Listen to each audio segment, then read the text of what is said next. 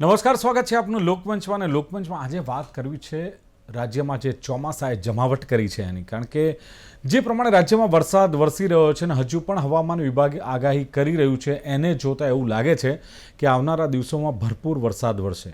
આમ તો ભાદરવો છે અને ભાદરવો મહિનો હોય એટલે આમ તો ઉકળાટ ને ગરમી હોય છે, પરંતુ અત્યારે તમે જુઓ તો ફૂલ વરસાદી સિઝન છે, એકદમ ઠંડક છે. અને બીજું કે મોટાભાગના વિસ્તારોમાં ધોધમાર વરસાદ વરસી રહ્યો છે અને સાથે હજુ પણ 2 દિવસ હવામાન વિભાગે કહ્યું છે કે ભારેથી અતિ ભારે વરસાદની શક્યતા છે, સાથે પવન પણ ફૂંકાઈ શકે છે. અને ગુજરાતમાં આમ જોઈએ તો અત્યાર સુધી તો સિઝનનો 98% વરસાદ વરસી ચૂક્યો છે અને એને જ લઈને અનેક ડેમ જળાશયો છલકાયા છે. નર્મદા ડેમ તમે જુઓ કે 90%થી ઉપર ભરાઈ ગયો છે. અને સાથે જ આવનારા દિવસોમાં હજુ પણ હવામાન વિભાગે આગાહી આપી છે અને જો વધુ વરસાદ વરસે તો મુશ્કેલીઓ ઊભી થઈ શકે છે. નીચાણવાળા વિસ્તારોમાં ઓલરેડી પાણી ભરાઈ ગયા છે, લોકોની ઘરવખરીને નુકસાન થયું છે, ત્યારે હજુ વરસાદ વરસે તો મુશ્કેલી ઊભી થાય. પણ એને જ લઈને જે પૂર આફતને પહોંચી વળવા માટે સરકારે સ્ટેટ ઇમરજન્સીની એક બેઠક પણ કરી છે. અને સાથે સાથે જે વિવિધ જિલ્લાઓમાં ભારેથી અતિભારે વરસાદની આગાહી કરાઈ છે એમાં ખાસ તો બનાસકાંઠા, સાબરકાંઠા, અરવલ્લી, મહેસાણા, સુરેન્દ્રનગર ત્યાં રેડ એલર્ટ જાહેર કરવામાં આવ્યું છે. અને બીજું કે રાજ્યના મુખ્ય સચિવ છે એમણે એક વિડીયો કોન્ફરન્સ કરી અને કલેક્ટરો સાથે બેઠક કરી કે કયા પ્રકારની તૈયારીઓ છે, કઈ કઈ ચેલેન્જીસ આવી શકે છે. અને જિલ્લા અને તાલુકા વહીવટીતંત્રના જે અધિકારીઓ છે, કર્મચારીઓ છે, એમને સ્પષ્ટ સૂચના આપી છે કે તમારે હેડક્વાર્ટર પર હાજર રહેવાનું છે. 12 એનડીઆરએફ, 20 એસડીઆરએફની ટીમો પણ ડિપ્લોય કરવામાં આવી છે.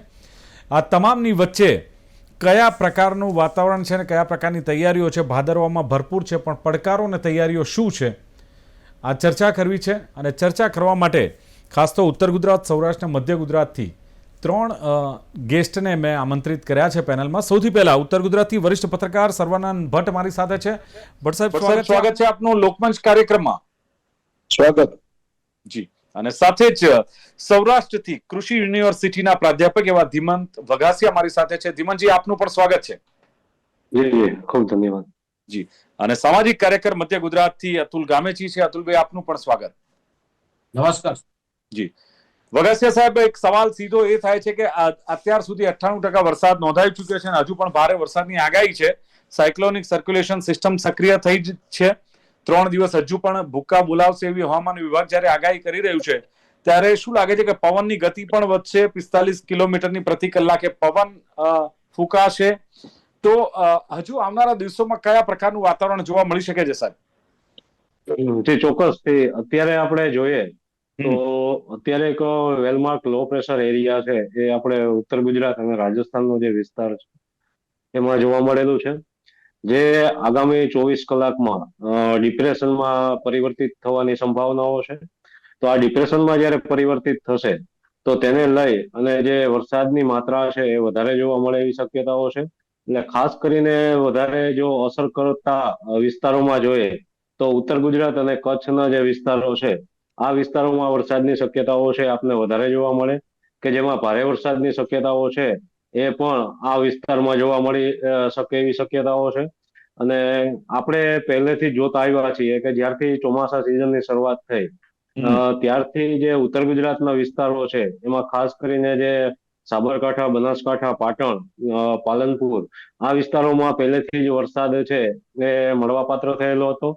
અને છેલ્લે જયારે હવે ચોમાસું જેના અંતિમ તબક્કામાં હોય અને ત્યારે ફરીથી જયારે આવી પરિસ્થિતિ બનેલી છે તો આ વિસ્તારોમાં જો ભારે વરસાદ જોવા મળશે તો આ વિસ્તારોમાં પૂરની પરિસ્થિતિનું નિર્માણ પણ થવાની શક્યતાઓ છે એ આપને જોવા મળે એવી શક્યતાઓ છે. જ્યારે સૌરાષ્ટ્રમાં વાત કરીએ તો સૌરાષ્ટ્રમાં મોરબી અને સુરેન્દ્રનગર 2 જિલ્લાઓ છે, આ જિલ્લાઓમાં પણ ભારે વરસાદની શક્યતાઓ છે આપને જોવા મળી શકે છે. બાકીના જે વિસ્તારો છે કે જેમાં સમગ્ર ગુજરાતની વાત કરીએ તો બાકીના વિસ્તારોમાં હળવાથી મધ્યમ વરસાદની શક્યતાઓ છે, જે આ ડિપ્રેશનમાં પરિવર્તિત થશે સિસ્ટમ અને સાયક્લોનિક સર્ક્યુલેશન છે તો તેને લઈને આગામી 2 દિવસ સુધી હળવાથી મધ્યમ વરસાદની શક્યતા છે એ બાકીના વિસ્તારમાં જોવા મળી શકશે. બિલકુલ. ધીમનભાઈ, અત્યાર સુધી છે 98% વરસાદ નોંધાયો છે તેવું કહેવામાં આવી રહ્યું છે, તો હજુ શું લાગે છે કે કેટલા ટકા વરસાદ વરસી શકે છે? અને બીજું કે અત્યાર સુધી જો 98% વરસાદ ગુજરાતમાં નોંધાયો હોય તો એકંદરે આ વરસાદને આપણે કેવો કહી શકીએ? આપની ભાષામાં શું કહેશો? કારણ કે એક હવામાન નિષ્ણાત તરીકે, એક પ્રોફેસર તરીકે પણ આપ આ અંગે સારો એવી વાત કરી શકો છો.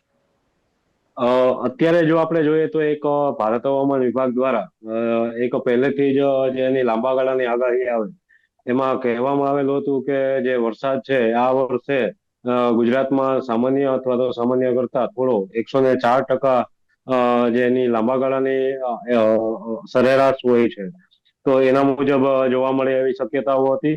અને એ મુજબ જ વરસાદ અત્યારે આપણે જોઈએ તો 98% વરસાદ આપને મળવા પાત્ર થયેલો છે.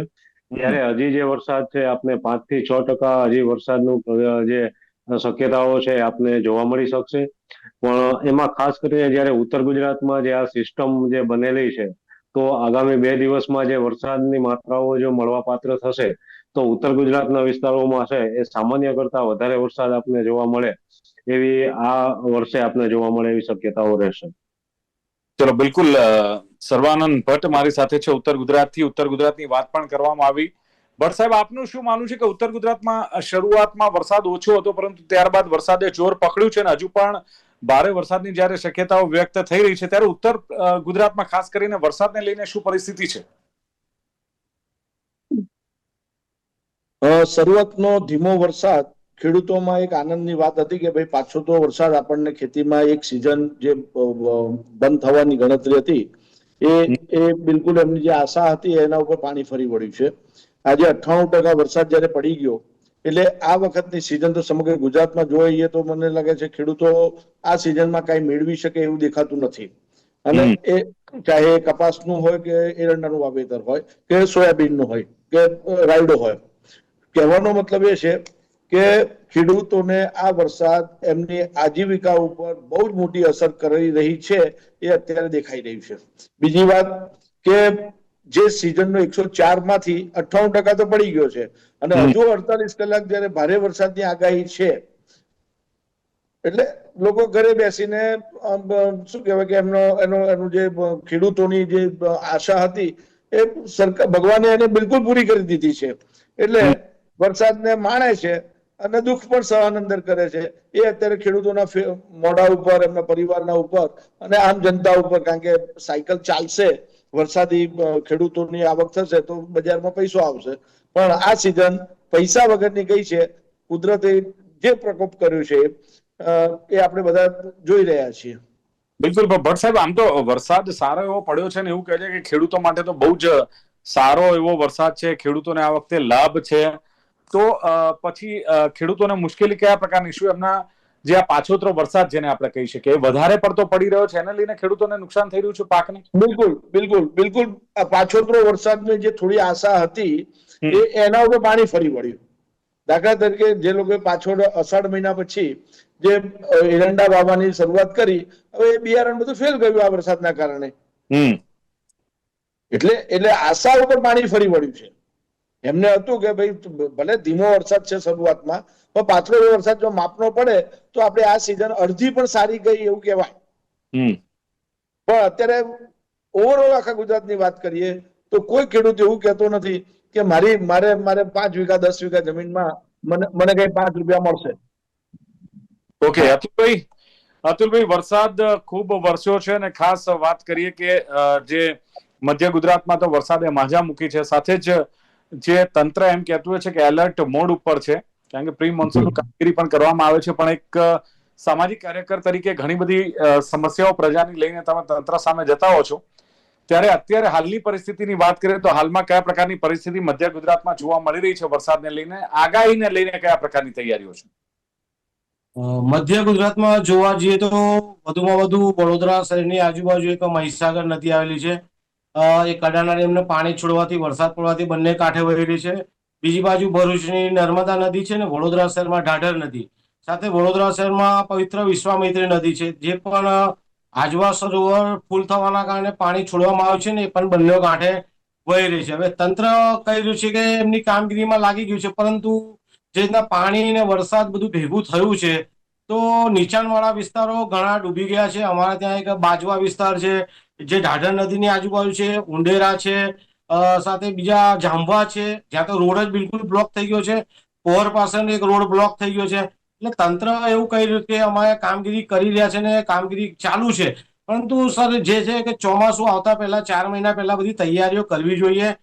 જે તૈયારીઓ કરવામાં નથી આવતી ને જ્યારે ચોમાસું બેસી જાય અને આવા પાણી ભરાય ત્યારે તંત્ર મોટી મોટી વાતો કરતા હોય, ગુલબાંગો પોકારતો હોય કે અમે તૈયારીમાં, પરંતુ વડોદરા શહેર અને મધ્ય ગુજરાતમાં જોવા જઈએ તો આવી કોઈ તૈયારીઓ દેખાતી નથી, કેમ કે બધી નદીઓ બંને કાંઠે વહી રહી છે.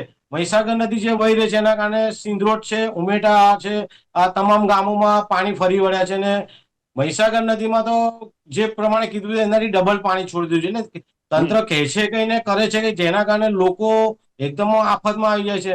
હાલ વિશ્વામિત્રી નદીમાં પણ આ જ પરિસ્થિતિ છે કે લોકોના નીચાણવાળા ભાગમાં પાણી ઘૂસી ગયા છે. સાથે વરસાદ હજુ ચાલુ છે, ઉપરવાસમાં પણ અહીંયા પણ બધે વરસાદ ચાલુ છે.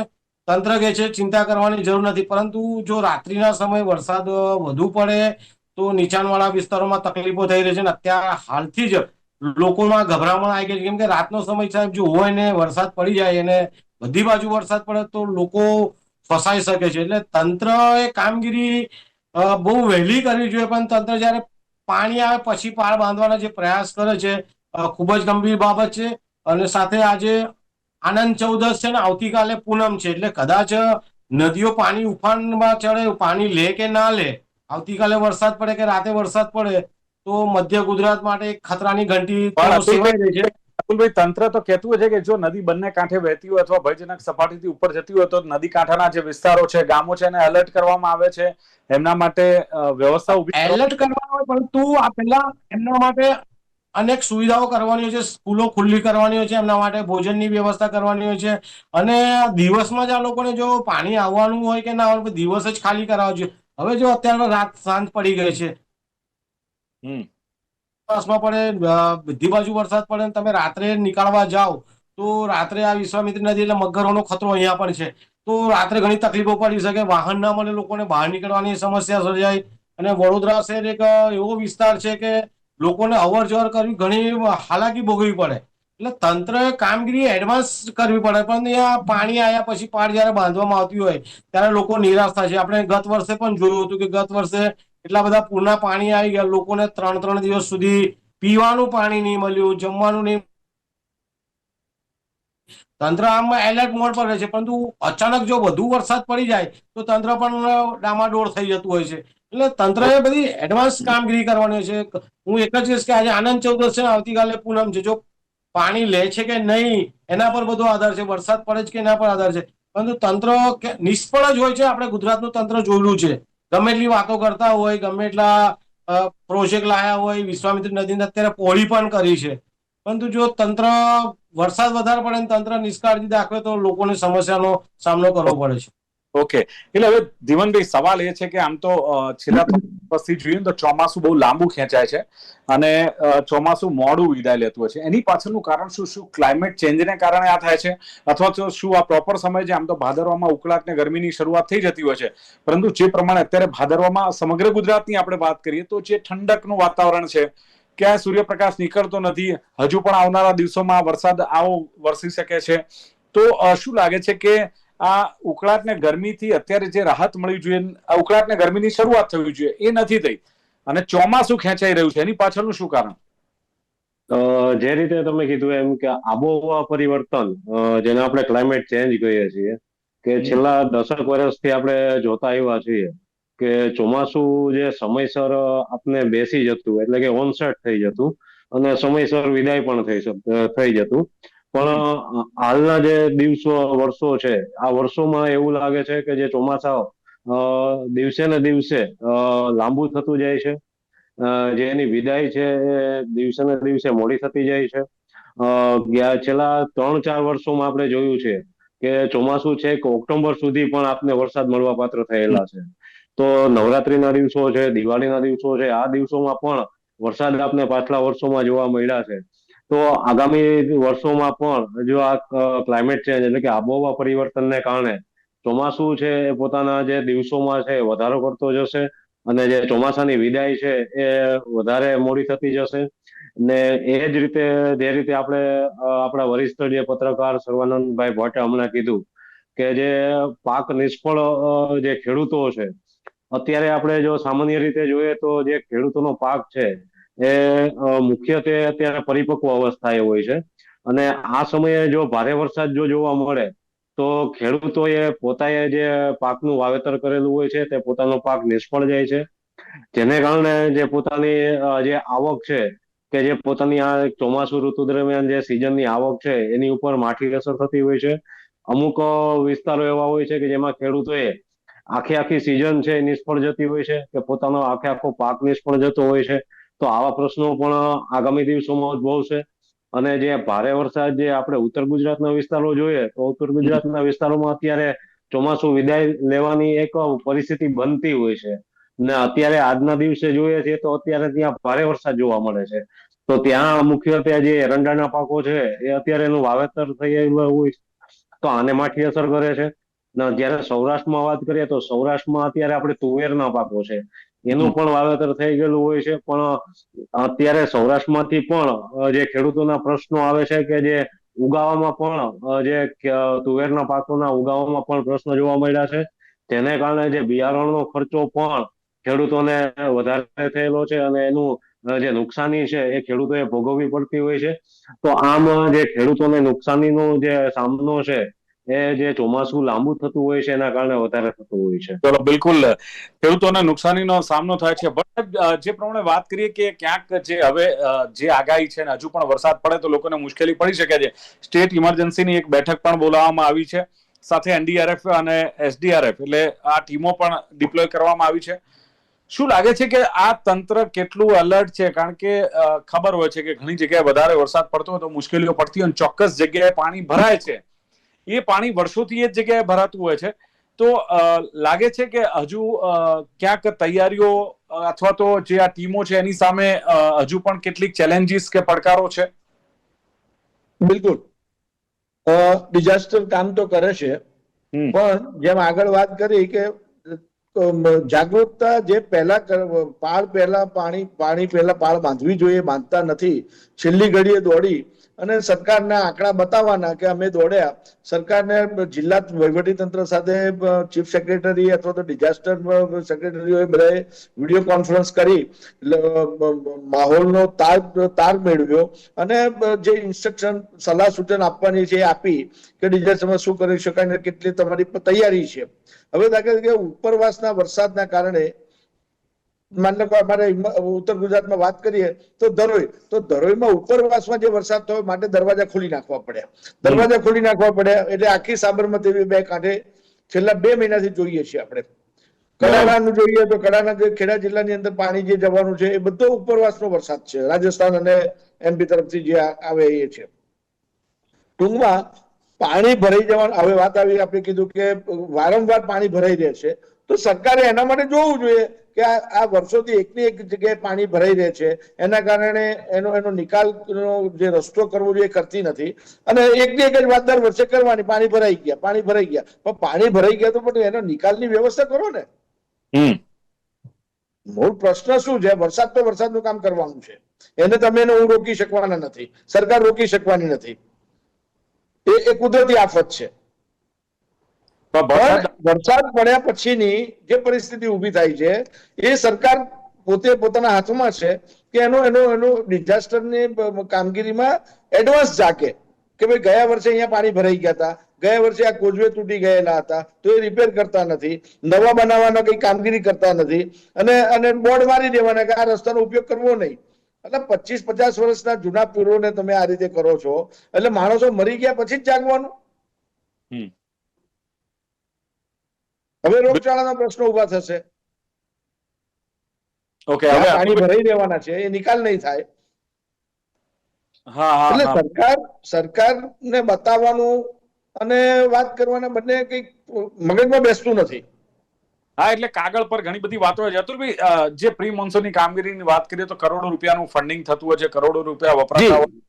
અને અતુલભાઈ, એવી પણ વાતો થતી હોય છે કે અમે તો તમામ કામગીરી કેચપીટો ને આ બધું સાફ કરી નાખ્યું છે. અને હવે જયારે ખરેખર પરિસ્થિતિનો સામનો કરવામાં આવે છે ત્યારે શું લાગે છે કે શું આ વર્થ છે કે પછી આ જાય છે કે આટલું કરોડોનું ફંડિંગ, મહેનત કરેલી બધું બતાવતા હોય છે અને જયારે વરસાદ પડે ત્યારે લોકોની હાલત તો ખરાબ હોય છે? અતુલભાઈ, પ્રી મોન્સૂન કામગીરી એટલે ખિસ્સા ભરવાનું નામ છે. વડોદરા હોય, અમદાવાદ હોય, સુરત હોય કે રાજકોટ હોય કે ગુજરાતમાં ક્યાં પણ હોય, પ્રી મોન્સૂન કામગીરી એટલે નેતાઓને અધિકારીઓને કોન્ટ્રાક્ટરે ખિસ્સા ભરવાનું કામ છે. પ્રી મોન્સૂન કામગીરી બતાવવા ખાતર 8-10 ગટર વિસ્તારની સાફ કરી દેવાની, ઉપરથી સાફ કરવાની, કચરો કાઢવાનો અને પાઇપો સાફ કરવી નહીં, અને કચરો કાઢીને 8-10 ગટરો સાફ કરીને ફોટોગ્રાફ્સ વારંવાર અલગ અલગ રીતે પાડવાના, એને જમા કરાવવાના. આ વિસ્તારમાં પ્રી મોન્સૂન કામગીરી થઈ ગઈ. સાથે વરસાદી જે કાંસો હોય છે, વરસાદી કાંસોને સ્લેબ મારેલા છે. કોઈ જગ્યાએ વરસાદી કાંસ ખુલ્લી રાખી નથી કે ઢાંકણા રાખ્યા નથી, તો પણ વરસાદી કાંસો સાફ થઈ ગઈ છે, એના પણ બિલો રજૂ કરવામાં આવે છે.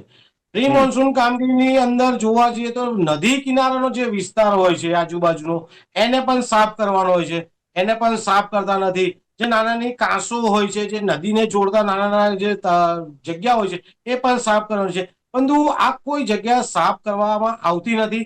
વડોદરા શહેરમાં જે રીતના પ્રી મોન્સૂન કામગીરીના નામે પોકળ વાતો થાય છે, બિલો બનતા હોય છે, પાર્ટી ફંડમાં ફંડ બી જતું હોય છે, નેતાઓના ખિસ્સામાં પણ જતું હોય છે, વિપક્ષ પણ આડોટીને લઈ લેતું હોય છે. એટલે પ્રી મોન્સૂન કામગીરી આ 4 મહિનામાં લોકો નોકરી ધંધો ના હોય એ રીતનું પ્રી મોન્સૂનનું કામગીરી, કરોડોનું ફંડ જે હોય છે એ ફક્ત કાગળ પર થાય છે. અને આપણે આરટીઆઈ દ્વારા પણ જયારે માહિતી માંગીએ ત્યારે આપણને કાગળ પર બધું આપી દેતા હોય છે, ફોટોગ્રાફ્સ આપતા નથી. અને જ્યારે ભાવો વરસાદ પડે ત્યારબાદ પ્રી મોન્સૂન કામગીરી નથી કરતા, પરંતુ ત્યાં જેસીબી લગાવીને કામો શરૂ કરે છે ને કચરો કાઢવામાં આવે છે, રગડો કરવામાં આવે છે. એટલે ક્યાંક ને ક્યાંક પ્રી મોન્સૂન કામગીરીના નામે પૂરા ગુજરાતમાં ખિસ્સા ભરવાનું ભંડોળ નેતાઓ, અધિકારીઓ, કોન્ટ્રાક્ટરો કરી રહ્યા છે. કહી શકાય કે વડોદરા શહેર એક મારા ખ્યાલથી શીખવા માટેનું હબ છે. કે ભ્રષ્ટાચાર ક્યાંક શીખવું હોય તો વડોદરામાં નોકરી કરી લેવાની. 5 વર્ષ નોકરી વડોદરામાં કરો યા કોન્ટ્રાક્ટર 5 વર્ષ બનો એટલે તમે અહીંયા ભ્રષ્ટાચાર કેવી રીતે કરવાનો, ક્યાંથી કરવાનો, તમામ વસ્તુ વડોદરા મહાનગરપાલિકામાં આવી જાય છે. તાલુકામાં પણ આ રીતનું છે ને જિલ્લામાં પણ આ રીતનું છે. પ્રી મોન્સૂન કામગીરી પરિસ્થિતિ કહ્યું તે પ્રમાણે પણ સાથે ધીમનભાઈ વગાસિયાએ જે પ્રમાણે કહ્યું કે વધારે અસર ઉત્તર ગુજરાતને થઈ શકે છે, જે પ્રમાણે વરસાદની આગાહી છે હજુ પણ હવામાન વિભાગે કરી છે અને ભારે વરસાદની શક્યતાઓ છે. ધીમનભાઈએ કહ્યું કે ભારે વરસાદ આવે તો પૂરની સ્થિતિનું નિર્માણ પણ થઈ શકે છે. સૌરાષ્ટ્રમાં ભારે વરસાદની વાત કરી એમણે, અને બાકીની જે જગ્યાઓ છે ત્યાં હળવાથી મધ્યમ વરસાદ પડી શકે છે. ધીમનભાઈનું કહેવું છે કે 98% વરસાદ પડ્યો છે, હજુ 5 થી 6% વરસાદ પડવાની શક્યતાઓ છે. અને ક્લાઇમેટ ચેન્જની અસર જોવા મળી રહી છે, જેને લઈને ચોમાસું લંબાય છે અને ખેડૂતોને ક્યાંક નુકસાનીનો સામનો કરવો પડે છે, એ વાત પણ એમણે કરી. સર્વાનંદ ભટ્ટ, વરિષ્ઠ પત્રકાર, એમણે કહ્યું કે ખેડૂતોની જે આશા હતી કે શરૂઆતમાં જે વરસાદ પડ્યો અને પાછોતરો વરસાદ આપણને ફાયદો કરાવશે, પરંતુ જે પ્રમાણે પાછોતરો વરસાદ છે એને કોઈ ફાયદો કરાયો નથી, ખેડૂતોને નુકસાન છે. અને ભટ્ટ સાહેબે કહ્યું કે ખેડૂતોની આજીવિકા પર મોટી અસર પડી રહી છે, ખાસ તો બિયારણ ફેલ ગયું છે. ડિઝાસ્ટર કામ કરે છે પરંતુ છેલ્લી ઘડીએ દોડે છે. એક પત્રકાર તરીકે એમને ખબર છે કે વાતો કરવાની, પણ છેલ્લી ઘડીએ કરવાથી કોઈ ફરક પડતો નથી. માત્ર દેખાવ ખાતર હવે છેલ્લી ઘડીએ આ તંત્ર દોડતું હોય છે. અને અતુલ ગામેચીએ કહ્યું એમ કે કડાણા બંને કાંઠે છે, નદીઓમાં પાણી છોડવામાં આવ્યું છે, નીચાણવાળા વિસ્તારો છે પાણીથી ડૂબ્યા છે, અને નદી કાંઠા લોકોને એલર્ટ રહેવાની વાતો કરવામાં આવે છે, પરંતુ એમને જે વ્યવસ્થા કરી આપવાની હોય, અતુલભાઈનું કહેવું છે, એ વ્યવસ્થા કરવામાં નથી આવતું. અને વરસાદ ચાલુ છે, તંત્ર એલર્ટ છે, એવા દાવા કરવામાં આવે છે, પણ તંત્ર ક્યાંય એલર્ટ હોતું નથી. વિશ્વામિત્રી નદીની વાત કરી કે તકલીફ તો પડે જ છે. એડવાન્સ કામગીરી જે કરવી જોઈએ તંત્રએ, અતુલભાઈનું કહેવું થતી નથી. તંત્ર 100% એમાં નિષ્ફળ છે, માત્ર વાતો કરે છે એડવાન્સ કામગીરીની, પ્રી મોન્સૂનની. અને પ્રી મોન્સૂનની કામગીરી એટલે પોકળ વાતો અને ખિસ્સા ભરવાનું કામ. આ વાત પણ તેમણે કરી. હવે જોવાનું રહેશે કે તંત્ર એલર્ટ છે, બેઠકો ચાલુ છે, અધિકારીઓને અને કર્મચારીઓની રજા કેન્સલ કરવામાં આવી છે, હેડક્વાર્ટર પર હાજર રહેવાનું કહ્યું છે, અને હજુ પણ મોટા ભાગના વિસ્તારોમાં ધોધમાર શક્યતા છે. ત્યારે કયા પ્રકારની કામગીરી થશે? ચર્ચાનું સમાપન કરીએ છીએ. ચર્ચામાં ભાગ લેવા બદલ સર્વાનંદ ભટ્ટ, ધીમંત વગાસિયા, અતુલ ગામેચી ત્રણે ઉપસ્થિત રહ્યા. ખૂબ ખૂબ આભાર. Thank you very much. Thank you. તો દર્શક મિત્રો, લોકમંચ કાર્યક્રમમાં હતી આજની વાત. ભાદરવામાં ભરપૂર પડકારો અને તૈયારીઓ કયા પ્રકારની? ફરી મળીશું. જોતા રહો ગુજરાત ન્યૂઝ. નમસ્કાર.